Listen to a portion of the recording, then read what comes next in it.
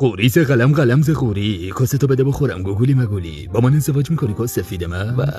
ایوا چقدر آوانتی کنن جنده. من برم این شیرموز بزنم بیا. مادر من چی کار کنم؟ دست خودم نبود بهش دادم دیگه. ای دختره که بیشور نمیفهمی پسر برای کندنه نه برای دادن. آخه خیلی حاجه مادر من تا چشمو باز کردم دیدم گذاشت توش آخه مامانه چرا با وسط ما موافق نیست؟ بگو میگیرم ننشو بگم.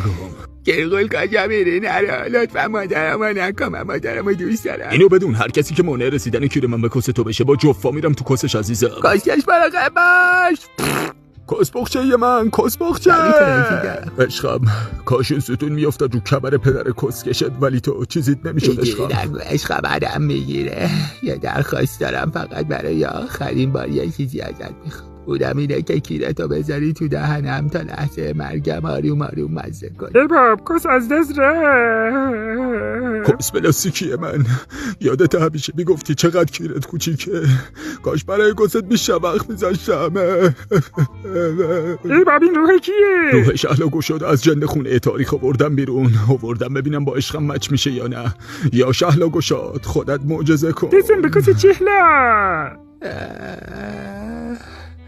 احساس گشادی تو کسم میگفت عشقم خوبی. عشق کس بمبه من. وقتی که اون کیره افتاد رود احساس کردم که کیرم تو